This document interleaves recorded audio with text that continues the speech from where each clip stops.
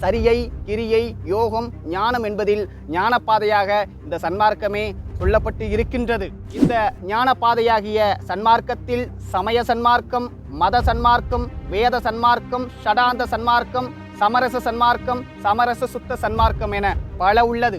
இதில் சத்துவ குணம் சம்பந்தமுடைய மார்க்கமே சமய சன்மார்க்கம். இந்த குணம் என்பது 3 வகைப்படும்: சாத்வீகம், ராஜசம், தாமசம். சாத்வீக குணமே சத்துவ குணம். சத்துவ குணம் என்பது கொல்லாமை, பொறுமை, சாந்தம், அடக்கம், இந்திரிய நிக்கிரகம், ஆன்ம இயற்கை குணமாகிய உயிர் இரக்கம். இவையே சத்துவ குணத்தின் வாச்சியார்த்தம்.